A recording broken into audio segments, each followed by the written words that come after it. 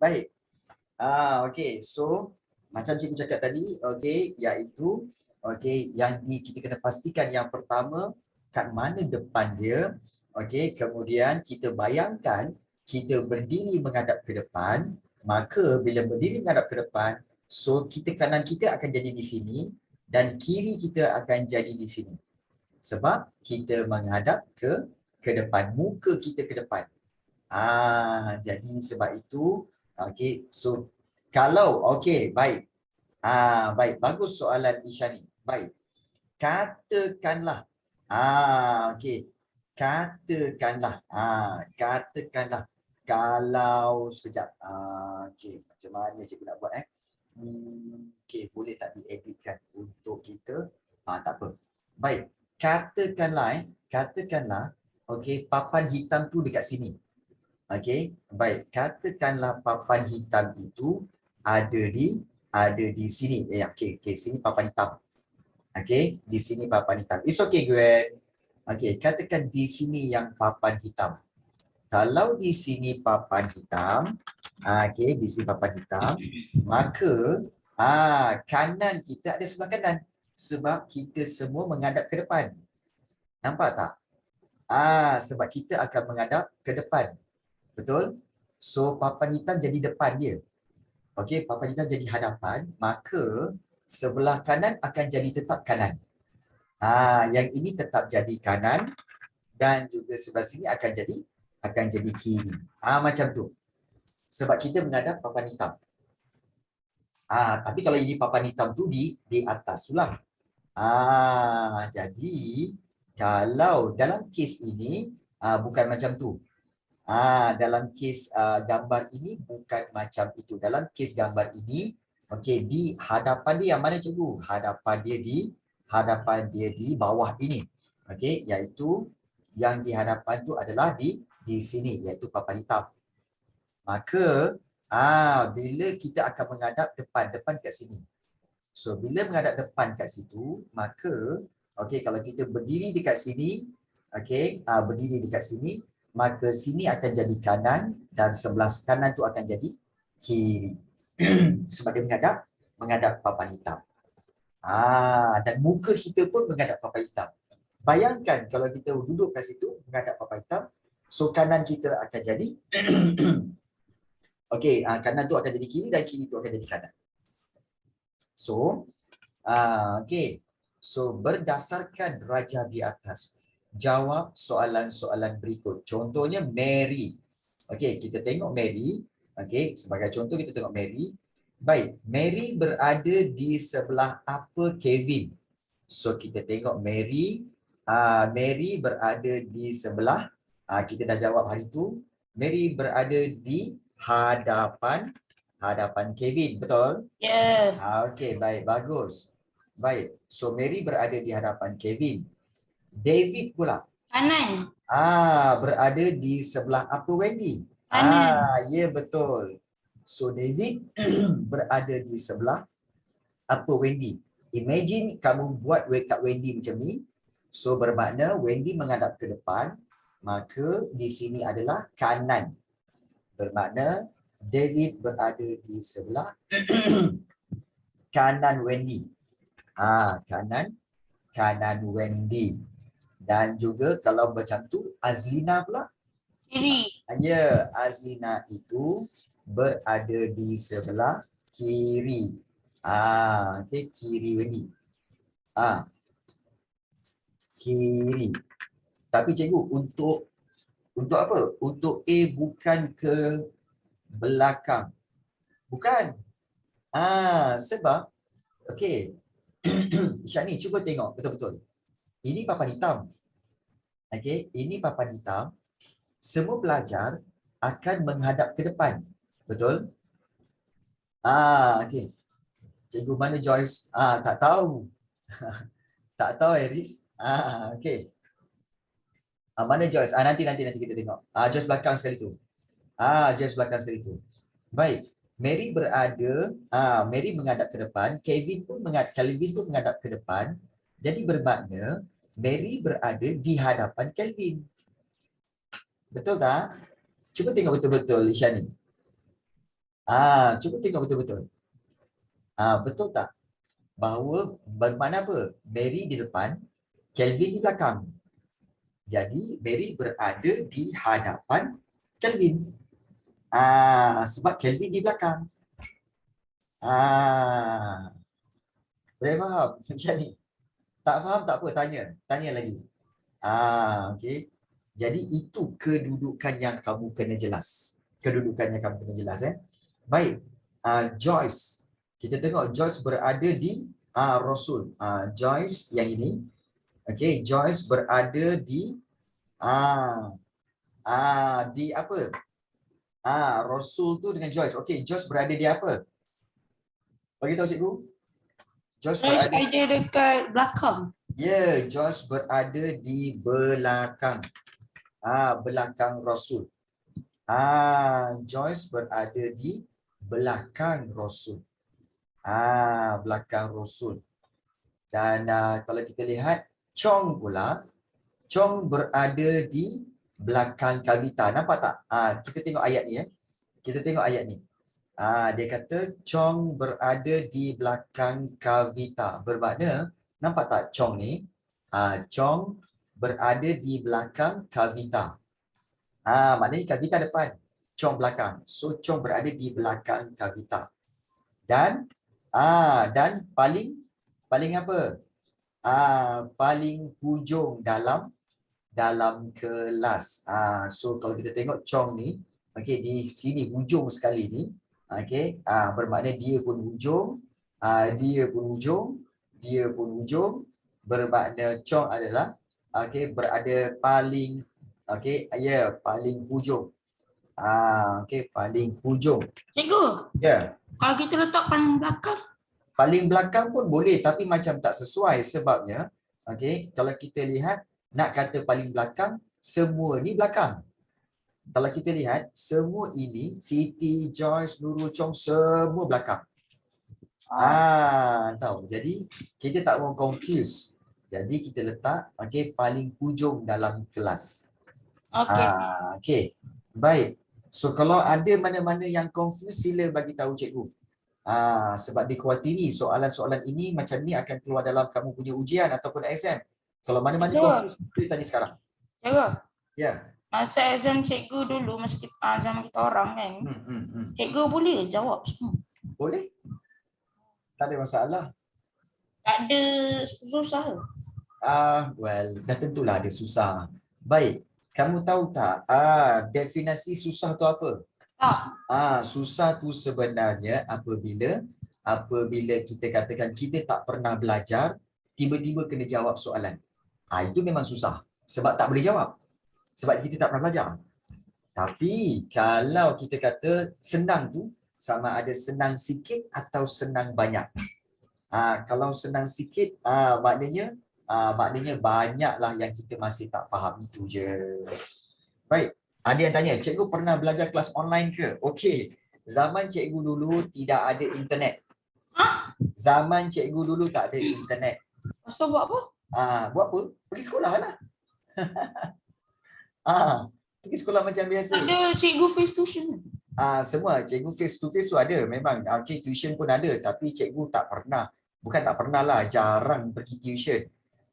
Cikgu akan tuition, mana-mana subjek yang susah saja, yang cikgu tak faham, cikgu nak bagi faham, cikgu tuition, itu je. Dan kalau kamu tanya mak ayah kamu, kami sehingga tahun 90-an, 95, kami tak ada internet.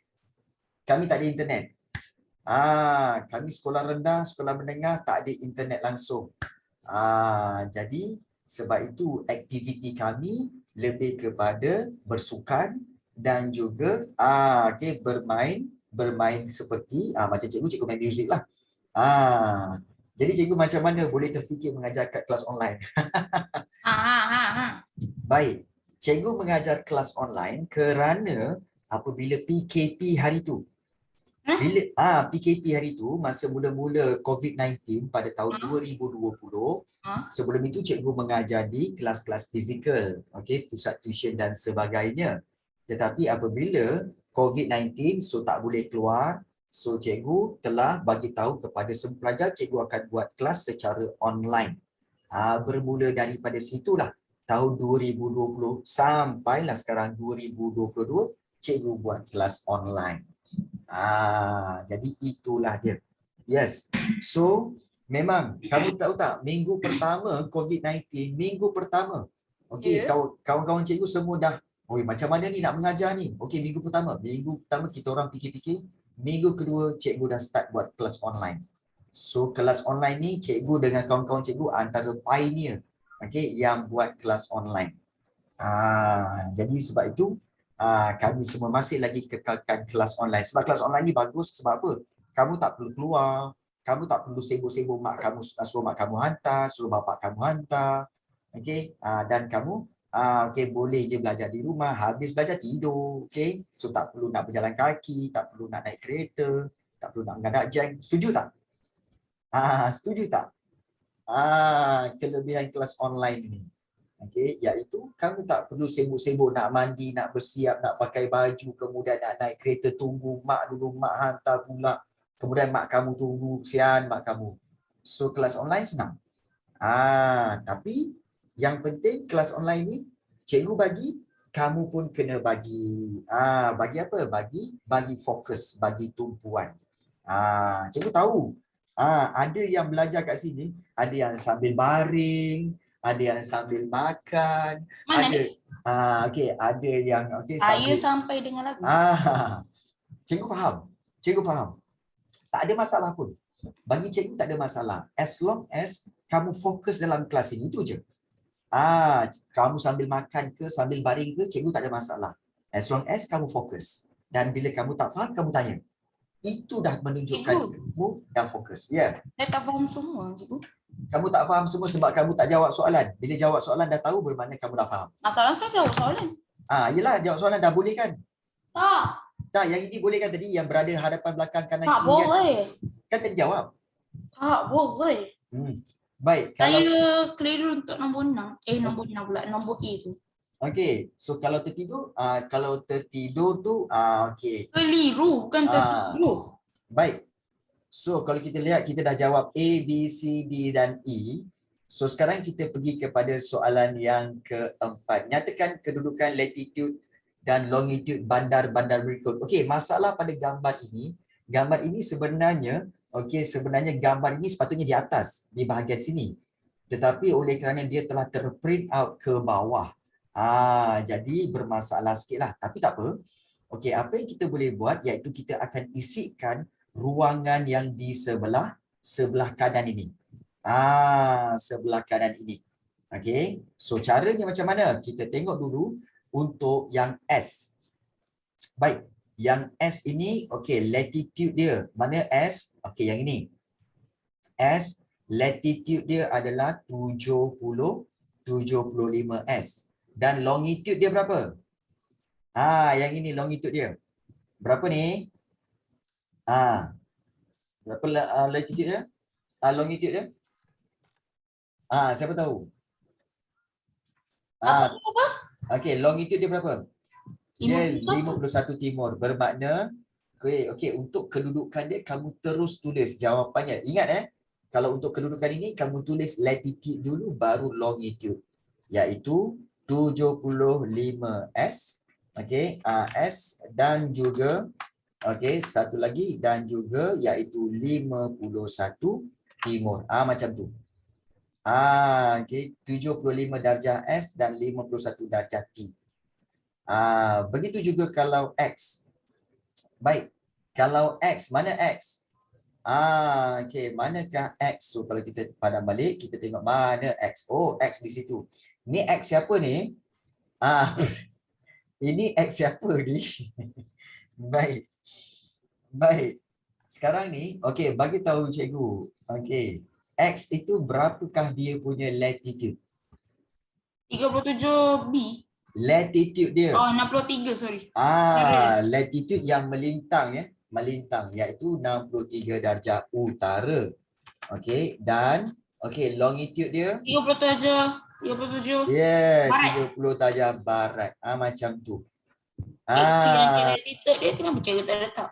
Apa dia? Latitude dia tu. Tu latitude dah ada. Cikgu tak letak lah dalam bentuk X. Yang ini, ni dia. Bukan Ini latitude tak. dan ini yang ini tak perlulah kan sebab kita letakkan semua kat sini. Kita letakkan semua kat kedudukan. Baik. Yang Y, okey, mana Y? Y yang ini. 63 utara, 51 timur.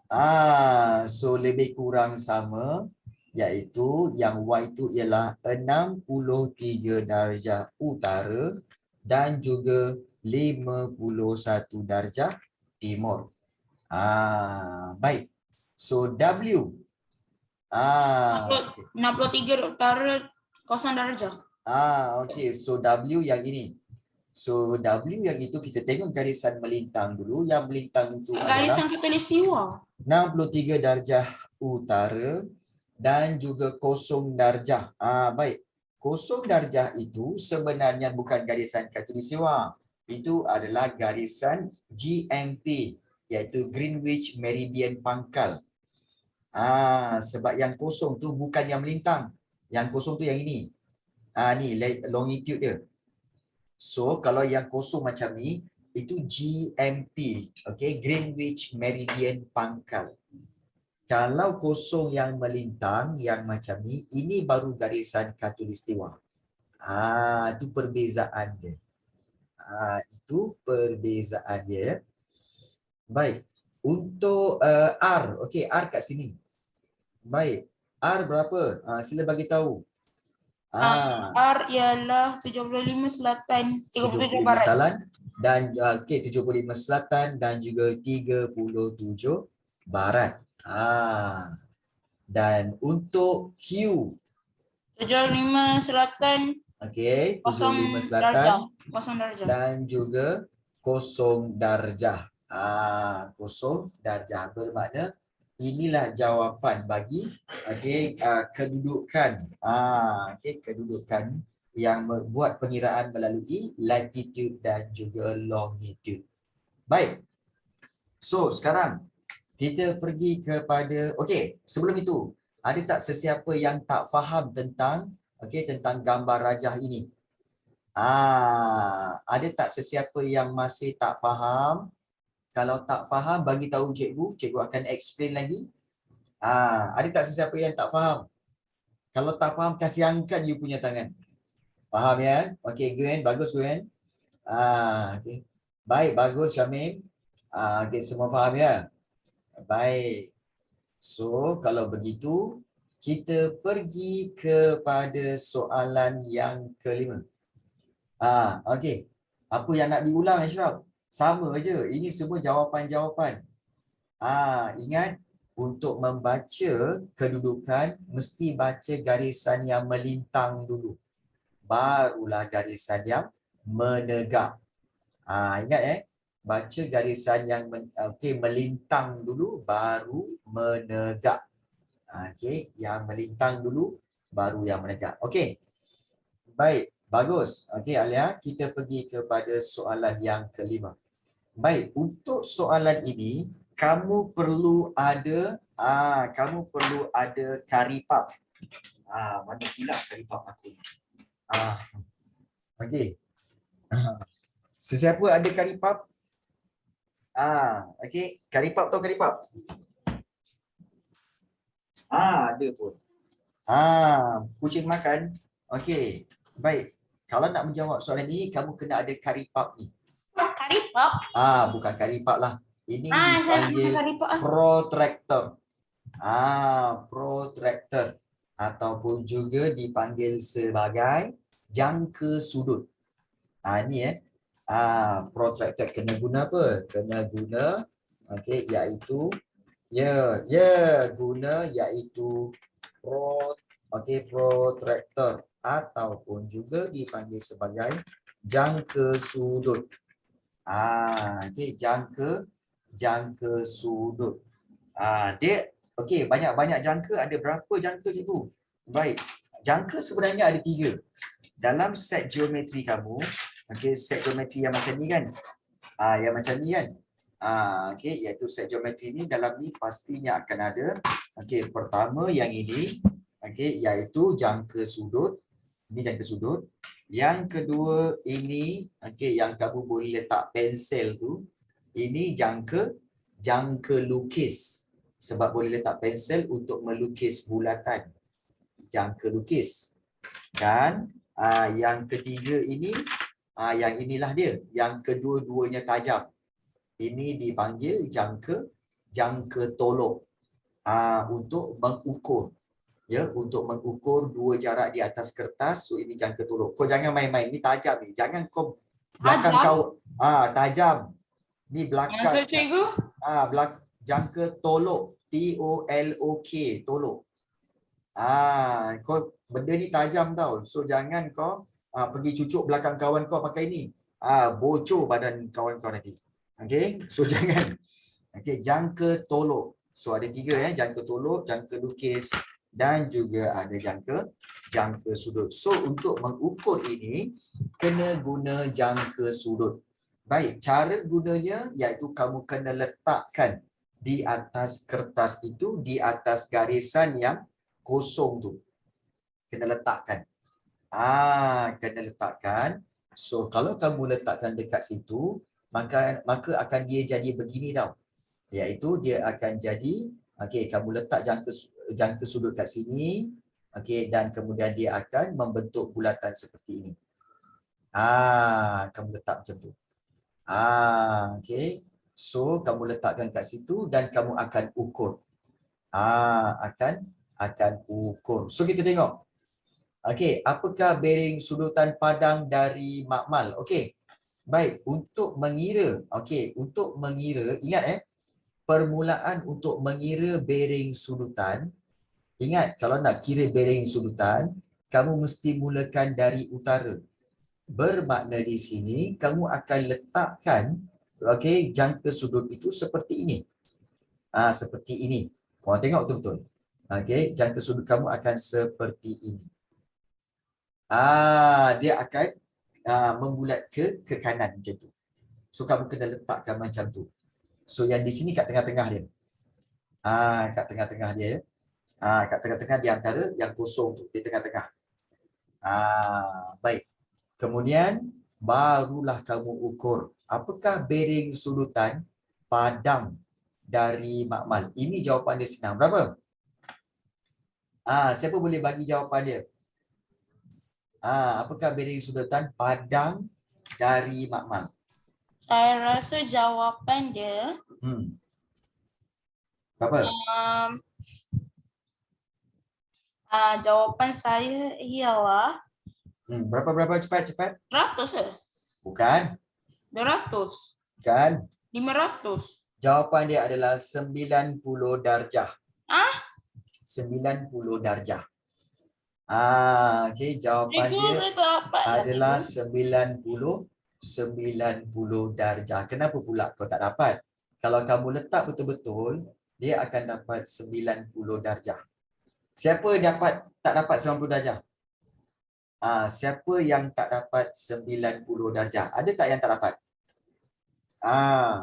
Ingat yang dekat perkataan makmal tu, yang dekat dekat garisan yang melintang dekat makmal tu, okey, kamu kena betul-betul letakkan yang di tengah-tengah ni.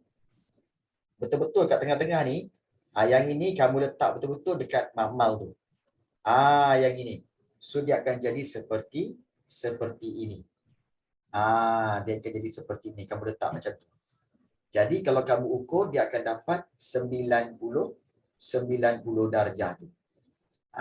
Sebab dia bentuk L kan. Jadi dia sudut tegak. So dipanggil sebagai yang ini sudut tegak. So Cikgu. Macam ni cikgu ukur? Macam ukur senang saja sebab dia sudut tegak. Bila sudut tegak dia macam ni. Sudut tegak ini sampai sini, bermakna sini adalah berapa? Sini adalah 90. Dan kalau sudut tegak lagi, sini sampai ke bawah, so another 90. Another 90. Kemudian kalau kira sudut tegak lagi yang ini, dia akan jadi another 90 darjah. Dan kalau dia ambil sudut ini lagi, bermakna dia ada another 90 darjah. Maka kalau kamu campurkan semuanya berapa? 9, 18, 27, 36. Means that total satu bulatan adalah 360 darjah. Betul? Betul tak? 360 darjah satu bulatan. Betul? Okay, tak apa Ashraf. It's okay. Yang penting kamu kena fahamkan dulu. So ini konsep dia. Satu bulatan 360 darjah. Bermakna kalau katakan sudut tegak, okay, ianya hanyalah 90 darjah. Sebab itu bearing sudutan padang dari makmal. Okay, padang dari makmal. Kamu letakkan dekat makmal tu, okay, protractor tu atau jaga sudut tu, kamu ukur, kamu akan dapat 90 darjah. Baik, 270 darjah merupakan bearing sudutan apa dari makmal? Siapa boleh bagi tahu cikgu? Siapa boleh bagi tahu cikgu? Okey, 270. Cikgu baru je tunjuk tadi. 200. Iaitu apa? Padang. Kan, padang 90.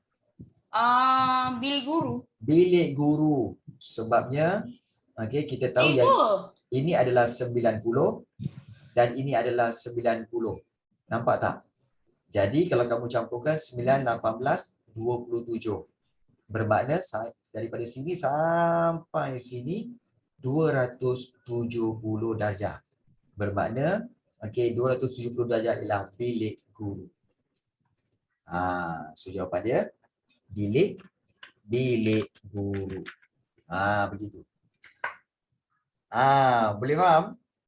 Boleh lah. Alright. Dia begitu. Baik. Sekarang kalau kita lihat soalan seterusnya.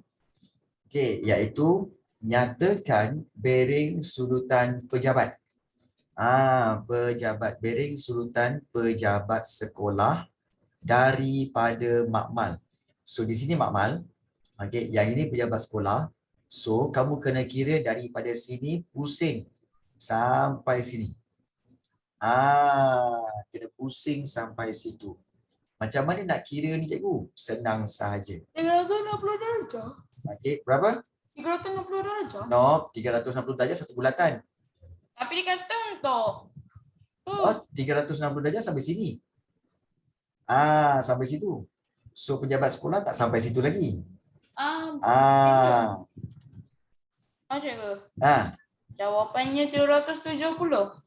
270 dia sampai sini saja. Mana? Jadi kamu kena ambil protractor tadi.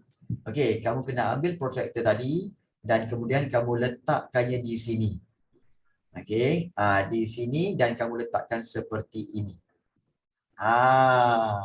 Jadi kamu kena ukur daripada sini 180. sampai sini berapa ni? 180. No. Kan? Sekejap. Dia sampai sini je. 100. 100. Okey. Harshita dapat 315. 315. Saya tak tahu lah cikgu sebab susah nak guna kotak ni. Tak senang dia sebenarnya. Macam ni. Mula-mula kamu kena ukur yang ini dulu. Ini berapa? Sampai sini? 90. No.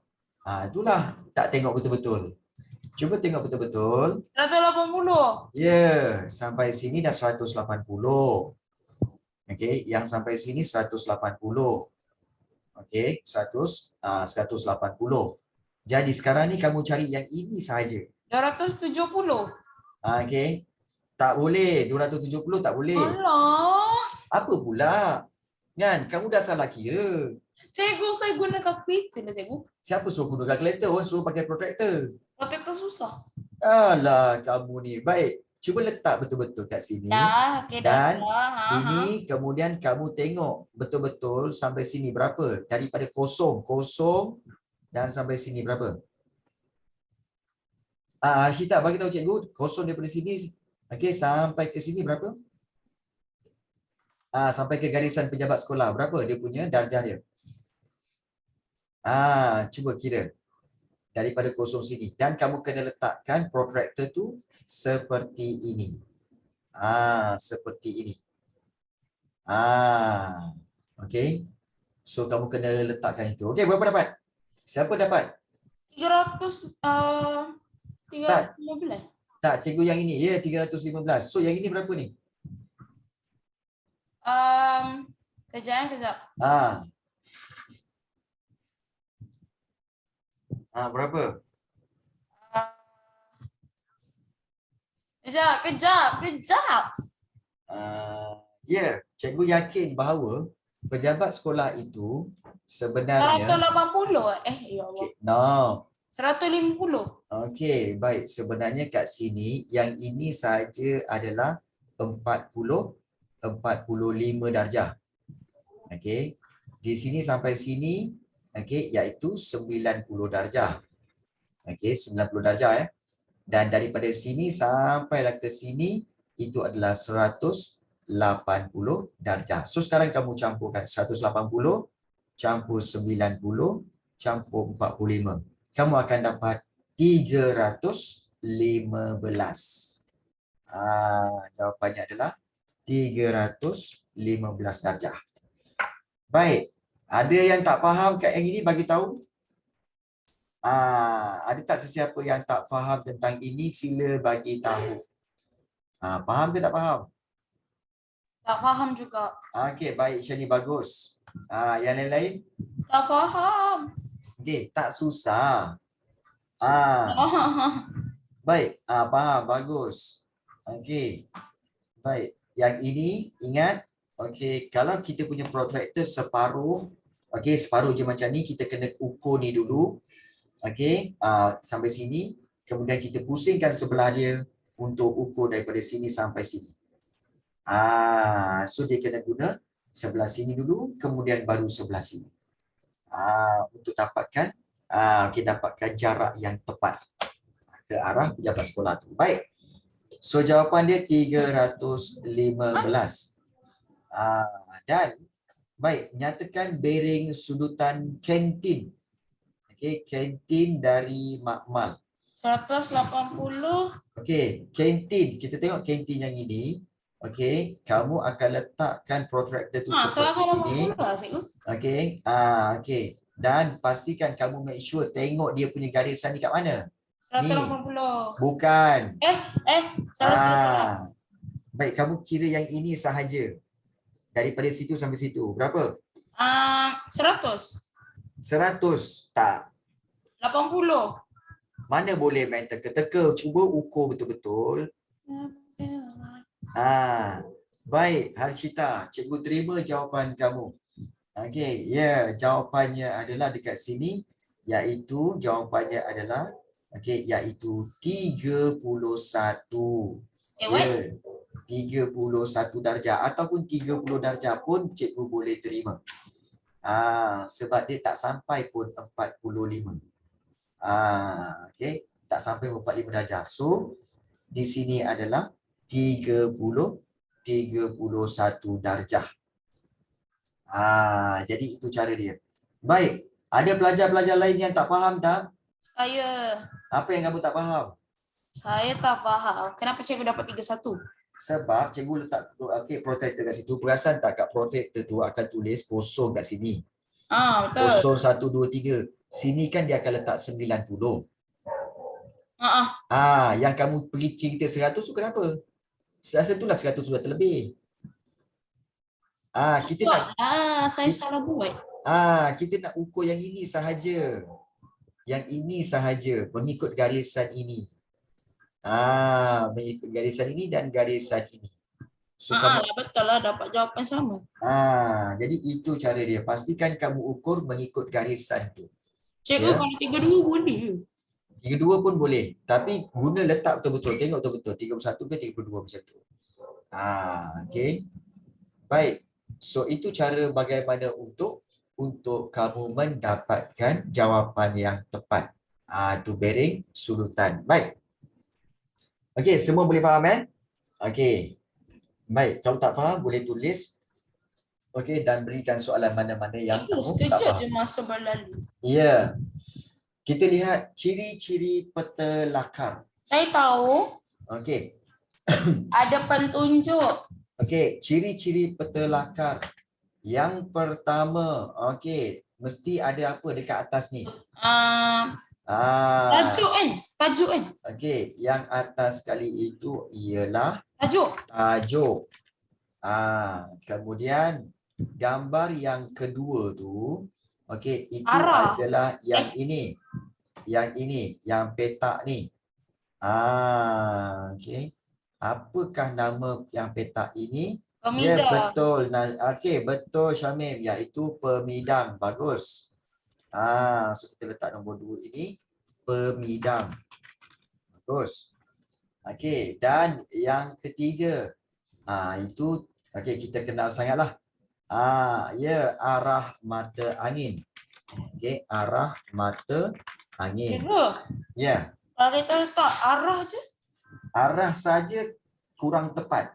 Ah. Kita kena tuliskan arah mata angin. Baik.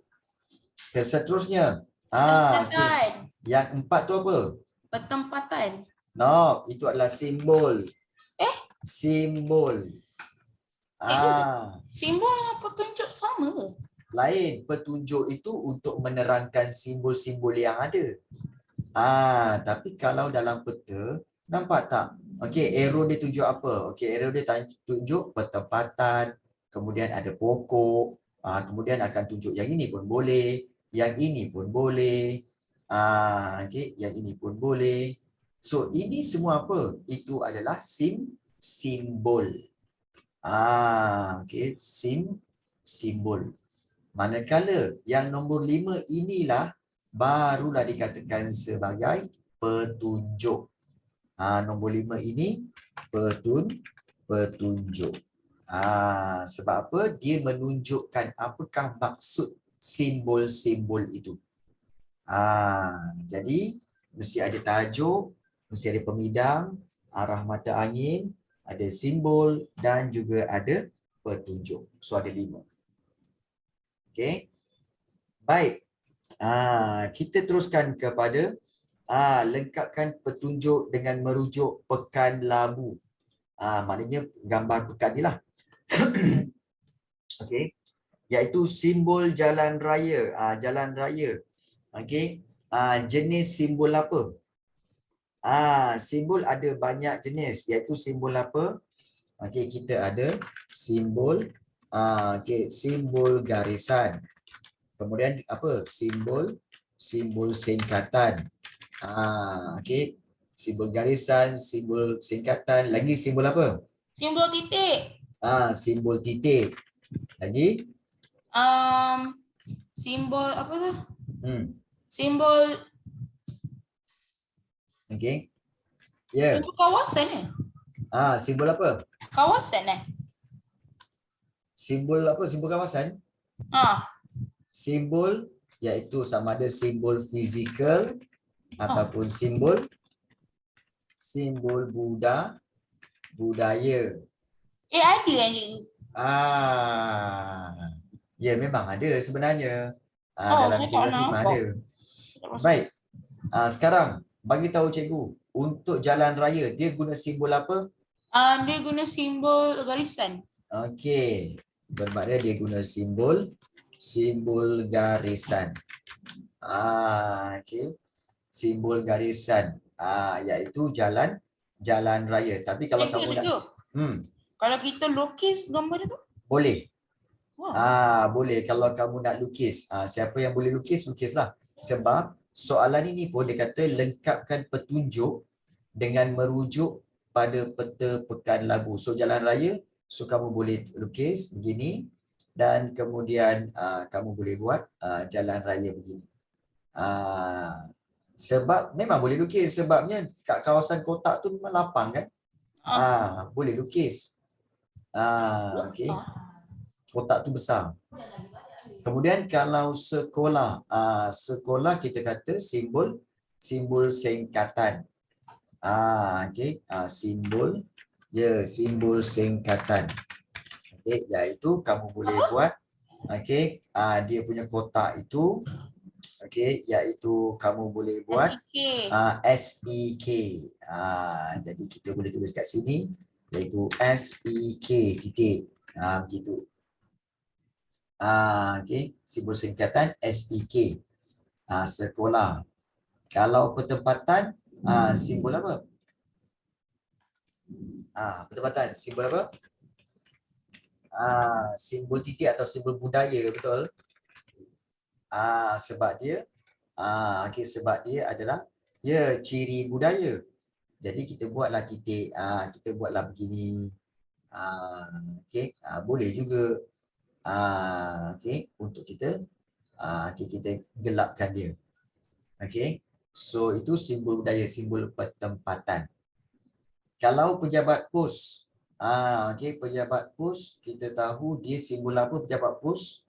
Tak ada pula. Pejabat pos biasanya dia simbol apa? Simbol singkatan. Kalau pejabat pos simbol singkatan. Simbol singkatan iaitu apa? Iaitu dia akan gunakan PP. Dia akan guna simbol singkatan PP. Dan juga kalau katakan getah. Simbol kawasan, ya boleh, simbol kawasan pun boleh. Simbol kawasan. Getah macam mana? Getah macam pokok tu lah. So Tapi kita macam mana nak lukis? senang je. Dia bentuk dia macam daun je, macam tu. Gitu, kemudian dia ada macam tu. So gitu. Jadi inilah simbol kawasan iaitu getah. Dan juga simbol singkatan. Untuk balai polis simbol singkatan iaitu singkatan dia apa? BP. BP balai polis. Begitu. Balai polis. Baik. Dapat semua? Dapat. Baik, bagus. Dan kita pergi kepada muka surat yang terakhir ni. Kalau kita lihat muka surat terakhir, sungai daun mengalir ke arah mana? Soalan yang pertama 3A. Kalau kita lihat 3A, sungai daun mengalir ke arah mana? Baik. Kalau kamu tengok sungai daun ni, dia menghala ke sini ke ataupun dia menghala ke sini? Maknanya ke A ke B? Ke A. Cuba bagi tahu yang lain. Saya pun tak tahu, saya menjawab. Baik. Untuk mengetahui aliran sungai, senang saja, iaitu sungai akan mengalir dari kawasan bukit pergi ke kawasan rendah. Maknanya daripada bukit pergi ke kawasan rendah. Itu memang aliran sungai. Jadi, kalau kita tengok sungai ni, kita tengok ciri-ciri. Nampak ni tak? Nampak tak yang ini ada garisan ni? Garisan apa ni? Garisan ni. Ini garisan apa? Iaitu garisan kontur. Nampak tak ni? Garisan kontur. Kontur tu apa cikgu? Garisan kontur ni bermaksud garisan yang menunjukkan ketinggian yang berbeza-beza. Dia tunjukkan ketinggian. Maknanya kawasan hutan simpan ni dia lebih tinggi di kawasan berbukit bukau. Bermakna air daripada kawasan bukit akan turun ke bawah. Dia menghala ke mana ni? Kampung Selamat. Ke arah mana? Arah Kampung apa? Selamat. Arah Utara. Utara ke? Utara, barat, timur, selatan. Arah ke utara ke? Siapa boleh bagi tahu cikgu? Adakah itu ke arah utara? Ya. No. Sebenarnya kamu kena buat begini. Kena buat arah mata angin dan kamu tahu dia menghala ke sini. Bermakna arah mata angin apa tu? Barat daya. Oh. Betul. Ya, macam tu cara dia. Maknanya dia mengalir ke arah Bukan barat barat laut daya. ke? Barat daya pula. Barat laut dah Darwish. Barat laut. Kau ni kan Darwish. Barat Dah laut. complicated. Barat laut. Barat daya kat bawah. Barat laut kat atas. Kan? Cikgu, kenapa dia panggil barat laut? Sebab bahagian atas tu semua memang barat laut dan juga timur laut. Bahagian bawah itu ialah barat daya dan juga tenggara. Sabar cikgu. It's okay, it's okay. Kesilapan biasa berlaku. Practice makes perfect. Okey. Baik. Seterusnya, kita lihat B. Maafkan saja. It's okay. Nyatakan 3 ciri-ciri pandang darat budaya. 3 ciri-ciri pandang darat budaya yang terdapat di dalam peta lakar. Okey. Cari ciri-ciri pandang darat budaya. Banyak. Mana satu pandang darat budaya? Maknanya, manakah simbol-simbol yang menunjukkan itu buatan manusia? Mana? 0 hingga 3 kilometer. Oh, yang ini. Oh, yang ini adalah skala. Ini dipanggil skala. Maknanya 1 sentimeter bersamaan 1 kilometer. Ya, 1 sentimeter bersamaan 1 kilometer. Itu adalah skala. Skala lurus. Ya, skala lurus. Baik. Cikgu nak tanya kamu, adakah ini ciri pandang darat budaya? Yang ini dengan yang ini, pandang darat budaya tak? Yang ini getah, yang ini kelapa sawit. Ya, itu adalah pandang darat budaya. Iaitu kamu boleh tulis getah dan satu lagi kamu boleh tulis iaitu kelapa sawit. Ya. Pandang darat budaya tu dia memang ada wujud kan? Maksudnya macam tak ada orang tu kan? Tak. Pandang darat budaya itulah yang manusia tanam. Pandang darat fizikal dia memang dah ada kat situ. Itu perbezaan dia. Sekolah. Apa sekolah? Sekolah kan sekolah, kampung ceria. Banyaklah, memang banyak. Okey. Jadi kita boleh tulis antaranya balai polis. Apa dia? Gunung kan? Gunung tu benteng sebenarnya. Tu benteng. Tapi kenapa benteng juga disamakan dengan pandang darat fizikal? Okey, benteng sebenarnya manusia buat. Benteng ni sebenarnya manusia bina, manusia buat supaya untuk mengelakkan, iaitu mengelakkan paya ni, kawasan paya ni, air paya masuk ke dalam sawah. Jadi sebab itu dibina benteng.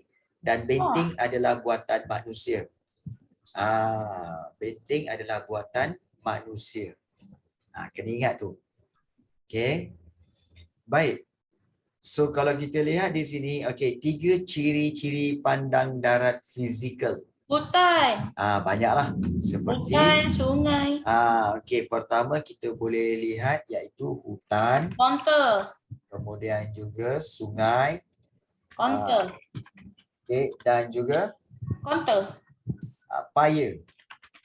Konter boleh kan? Ya. Konter tu cikgu kurang sikit lah sebab counter tu sebenarnya kalau kamu pergi tempat tu tak ada counter. Counter tu tak ada. Yang ada hanyalah bukit bukau yang semakin meninggi. Counter ni sebenarnya dibina oleh manusia. Cikgu. Satu lagi saya nak tanya apa tadi tu? Kalau lah soalan dia tanya pasal pandang darat budaya yang pandang darat fizikal, tapi kita tak tahu jawapan dia, so nak buat macam mana? Nak buat macam mana? Kamu kena ingat balik apa itu pandang darat budaya, apa itu pandang darat fizikal. Tapi kan sungai kan pandang darat budaya juga. Bukan? Sungai kan ada buatan manusia. Bukan? Iyalah cikgu. Bukan? Sungai memang sebenarnya adalah buatan semula jadi. Kalau dia buatan manusia, itu bukan sungai, itu tali air. Tali air tu macam ni? Tali air tu yang nampak tak ini? Nampak tak garisan-garisan putus-putus, garisan yang ini? Yang ini, dan yang ini, ini tali air. Tali air itu digunakan untuk apa? Menyalurkan air sungai masuk ke dalam sawah. So yang ini memang buatan manusia. Dia lurus saja. Ada lurus saja, itu tali air. Tapi kalau sungai bukan. Sungai memang buatan fizikal ataupun ciri fizikal. Itu beza dia. Okey. Baik. Habis waktu. Ya, sikit lagi. Okey. Arah kampung selamat dari kampung baik. Arah kampung selamat daripada kampung baik. Laut. Okey, iaitu barat laut. Caranya kamu letakkan tanda arah tu dekat kampung baik. So kemudian kamu ukur. Okey, ni arah apa ni? Barat laut. Okey. So jawapannya adalah barat laut. Okey. Dan apakah pekerjaan penduduk di kampung selamat? Apakah pekerjaan penduduk di kampung selamat? Kamu tengok kampung selamat. Okey. Dan kemudian kamu tengok kiri kanan dia ada apa? Sawah padi. Ya. Sawah padi. Sawah padi dengan jalan raya Okey, sawah padi di sini ni jalan raya. Kemudian di sini di sini adalah kawasan paya. Okey. Dan juga ada apa lagi kat sini, iaitu ada getah. Ada getah, bermakna kita boleh letakkan jawapan bagi penduduk kampung selamat. Sebenarnya pekerjaan dia ada dua, iaitu pekerjaannya adalah pesawah padi. Pesawah padi, dan juga satu lagi iaitu penoreh getah. Begitu. Okey. Maka dengan itu kita telah berjaya menjawab semua soalan dalam latihan ini. Okey. Baik. So dengan itu pada minggu depan kita akan masuk kepada bab yang baharu. Okey. Kita teruskan bab daripada geografi tingkatan 1.